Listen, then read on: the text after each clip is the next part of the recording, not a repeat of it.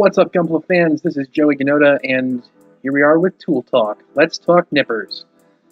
I recently purchased the Voltcan nippers off of Amazon. They retail for about $25 on there. I did have a gift card for $10, so I got them for $15 with free shipping. They come in this really nice pouch. It's made of some sort of heavy felt or something like that, and they also have a cover over the actual nippers themselves to give a bit more added protection. These are supposedly going to be comparable to God hands, so let's take a look and see what we've got. Now, the side there does have the pins so they don't open too far and ruin the mechanism inside. On the inside, you do see the nut, and that is that holds a screw that's going through, so you don't close them too tightly and ruin the blade up against the opposite edge, which is flattened. So you've got the blade on one side and the flat edge on the other, and that's supposed to give like a slicing effect rather than a pinching effect like typical nippers.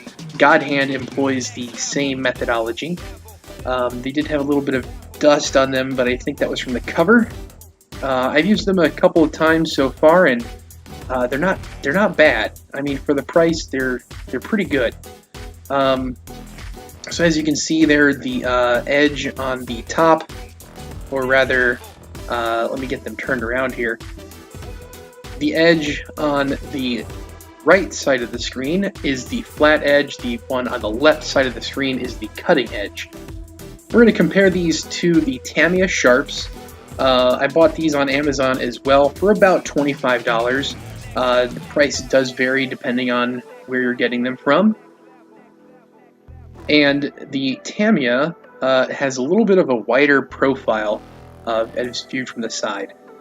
We're also, just for as a control, we're going to throw in my old nippers. They are the Caropla brand God Hands. They're not the God Hands of Fable, but they do pretty well. So we're going to cut off the Leo shield. It's got 3 points connected to the runner, and we're going to go ahead and just take turns, and each nipper will get one peg. Now, my old Caropla nippers don't have much of a grip, so they just kind of slid down the nub. Here's my Tamiyas, and we're going for the two-cut technique, and that's where you cut the connection a bit further away from the part on the first cut, and then we'll cut closer later. And here we are going in with the Voltcan nippers from the underside, and there we go. Now let's take a look here. We're going to take first the Voltcan, and you can see it's a pretty smooth cut all the way across. The Tamiya left a pinch mark, and oh gosh, these old nippers just kind of mangled the plastic. You can really tell I've had them for a while, and they've been through a lot of kits.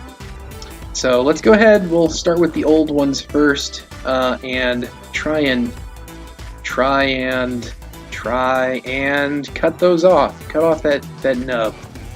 Oh, it's mangling it. Did you see that? It just squished it. It didn't really cut.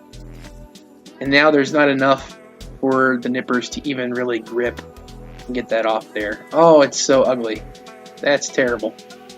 That is just ugly. And that's why you gotta... These were only about like $8 or something like that. So you make sure you're getting good quality nippers.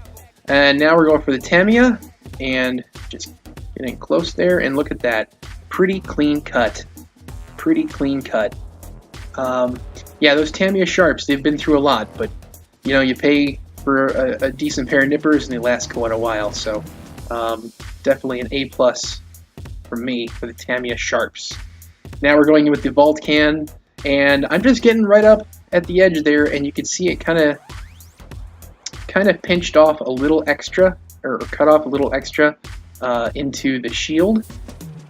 There you go. So let's go ahead. We're going to take a file and clean them up. This is a Tamiya file made specifically for plastic, and we're just going to clean up the nubs in a forward pushing motion, and here we go. Filed with each one. You can see the nub mark is practically gone for each one. Even the Voltcan, there we go. And there you go. There's a fair comparison between all three of these nippers on the same piece of plastic, same cutting method, and I think, really, to be fair, the true star of removing nubs is going to be a good quality file. That's what you need. You know, you can spend $60 on a pair of God hands, but if you gotta file it anyway, make sure your file is just as good. And make sure you're using it properly. If you've got a file like this, it only works in one direction.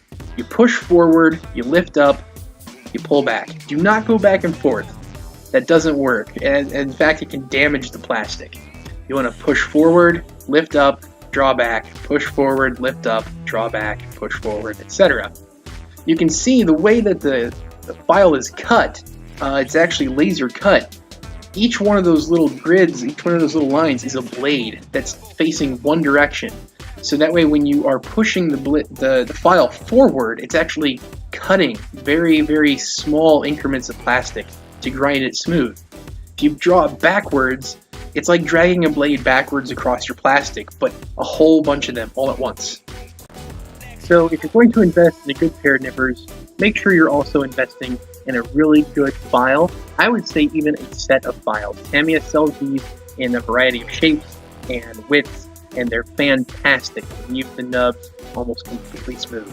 So that's it for this first ever tool talk. Thumbs up for these nippers and the files. Until next time, happy building and take care.